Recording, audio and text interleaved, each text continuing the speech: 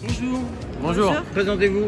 Quel est le nom de votre société? Alors nous on travaille pour iRacing. iRacing c'est une écurie de course en classique. Ok, alors ça consiste en quoi, une écurie de course? C'est une très bonne question. Nous on roule en compétition sur le championnat Peter Auto. Et sinon on organise des journées circuits où des clients viennent avec leur voiture ou louent une de nos voitures pour apprendre à piloter. Alors comment est né le concept? Alors c'est nos fondateurs qui sont déjà passionnés par l'automobile, qui ont acheté une première GT40. Et en fait, en roulant sur circuit et en commençant dans le circuit un petit peu des track days qui existent aujourd'hui, ils se sont rendus compte qu'il n'y avait aucun organisateur de track day qui était vraiment spécialisé sur les anciennes. Et du coup, là est née l'idée d'en faire quelque chose de plus que juste une voiture et vraiment un organisateur de track day spécialisé classique. Alors on va rester sur la GT40, le fameux film, toute l'histoire, etc. Comment vous avez récupéré celle-ci? C'est une vraie fausse, une fausse vraie, une moitié de vraie? C'est une bonne question. Alors c'est une reconstruction, donc dans le sens où c'est pas une originale de 65. Par contre, elle est faite exactement comme elle était faite en 65. Elle a son PTH, ce qui permet de rouler en compétition classique. Ça c'est important. Mais voilà, c'est ni vrai ni une fausse. C'est une reconstruction à l'identique. D'accord. Donc on parle pas de réplique, mais de reconstruction. Oui, continuation, réplique, copie. Il y a un petit peu tous les termes. Nous, on aime bien dire continuation. Alors, il existe plus ou moins les récentes qui ont le pommeau de vitesse au milieu. Vous, c'est une vraie, dans le sens où le pilotage est à droite et justement pour passer les vitesses, comme on voit dans le film, c'est aussi sur la droite. C'est ça. Alors, le levier de vitesse, c'est sur la droite. Alors, pour deux raisons. Déjà, pour le confort, parce qu'on a plus l'habitude, les pilotes ont plus l'habitude de l'avoir à droite. Sur main gauche, ce serait plus compliqué. Et aussi pour une raison technique, c'est que du coup, on n'a qu'un renvoi vers le moteur et du coup on gagne un petit peu en performance contrairement à un levier. Vous parlez des biellettes de renvoi, etc. Exactement. D'accord. Et du coup on gagne un petit peu en performance là-dessus et la voiture est vraiment axée performance, vitesse, c'est une voiture de circuit. Alors c'est un vrai moteur Ford? Alors c'est un moteur Shelby, c'est le 427 Shelby. Attention, Shelby c'est encore mieux. C'est ça, c'est le 427 Shelby, pardon. C'est un 7 litres big block. Et voilà, donc vraiment comme à l'identique, avec de l'acier un peu plus moderne. Et du coup, on va gagner une centaine de chevaux par rapport à sa version 65. Bon, maintenant, on va parler de choses qui fâchent. La tarification. Alors ça dépend vraiment de quoi on parle. Si on va parler de journée circuit, si vous venez avec votre voiture, la journée circuit ça va être 1500 euros. Avec vos voitures. C'est ça. Si on vient dans la location, ça va vraiment dépendre de la voiture. On veut offrir une prestation pour un bon ami, c'est 40 ans, c'est 30 ans. Comment ça se passe? Alors, du coup, si on vient louer une voiture pour apprendre à piloter, on va commencer sur le premier niveau avec une Pantera de Tomaso ou une Ford Mustang. C'est déjà pas mal. Voilà, c'est déjà pas mal, c'est des belles voitures, c'est bien motorisé et c'est plus facile à prendre en main. Là, on parle de 4-5 000 euros, dépendant de la voiture. Journée tout comprise avec l'assurance, avec le coach, la mécanique, tout compris. Sur la GT40, oui. Le repas. Évidemment, déjeuner. le repas est inclus aussi. C'est pas ce qui fait monter le coût, c'est plus les consommables des voitures et surtout l'assurance.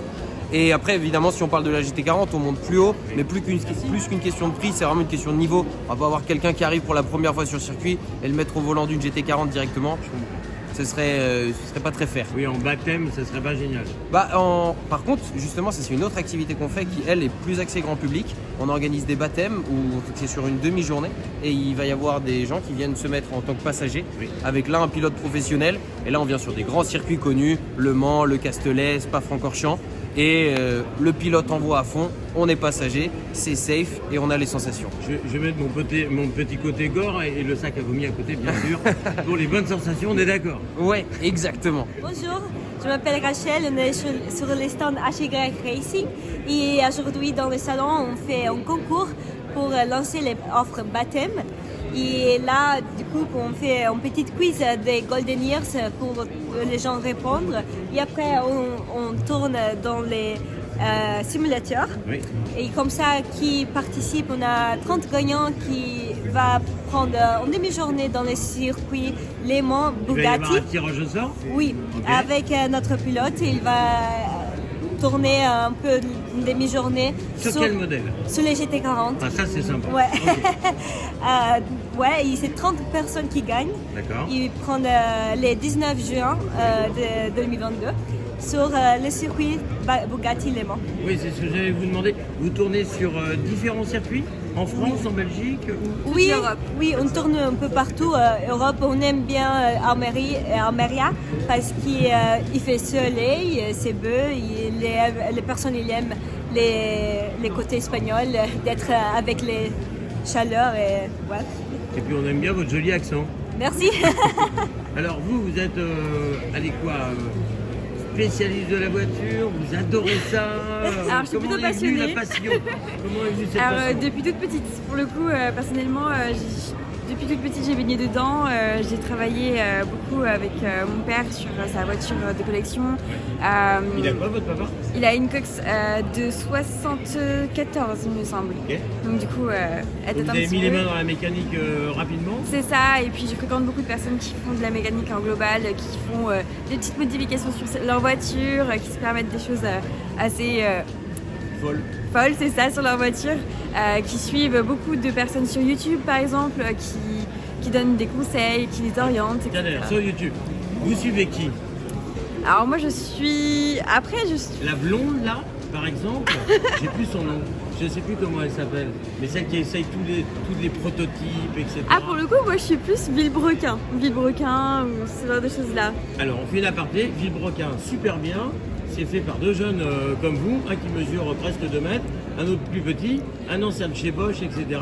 Et donc, alors pourquoi vous suivez, si je veux dire, leur blog? Parce que c'est plutôt sympa ce qu'ils font. Parce qu'ils arrivent à avoir des voitures qui sont assez rares. Dernièrement il y a eu une Pagani et franchement c'est le genre de voiture qui fait rêver. Oui. Et oui, c'est pour ça que ce genre de contenu nous plaît beaucoup. Et puis même, il y a beaucoup de ce qu'ils appellent Vultech, qui nous offre beaucoup de vues sur les moteurs. Ils nous apprennent beaucoup de choses. Et je trouve que c'est pas négligeable. Ouais, vous considérez qu'il y a pas mal de vulgarisation dans leur truc? C'est vrai, Bon, je c'est sais vrai, pas oui. faire leur promo, je vous jure, quand même. Bah, non, mais c'est vrai qu'ils sont charmants. Mais votre métier futur sera autour de l'automobile? Alors j'aimerais bien que ce soit autour de l'automobile, en effet. Là, pour l'instant, je me considère comme graphiste et brand designer. Donc du coup, Alors, c'est quoi Brake Timer? designer. Alors je design les marques. En gros, je vais travailler sur les chartes graphiques, je vais travailler sur les logos.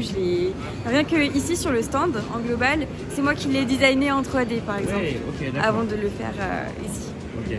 Et vraiment, dans le futur, à part le design et etc., vous voulez vraiment, par exemple, bosser dans le cadre de cette entreprise, ou faire de la voiture uniquement votre passion? Je sais pas trop, en ce moment je suis en train de voir peut-être m'orienter par le biais de tout ce qui est design pour aller dans le design automobile et vraiment me passionner à fond sur une marque ou changer de temps en temps, à voir, ça se tente. Merci Maëva, à bientôt. À bientôt.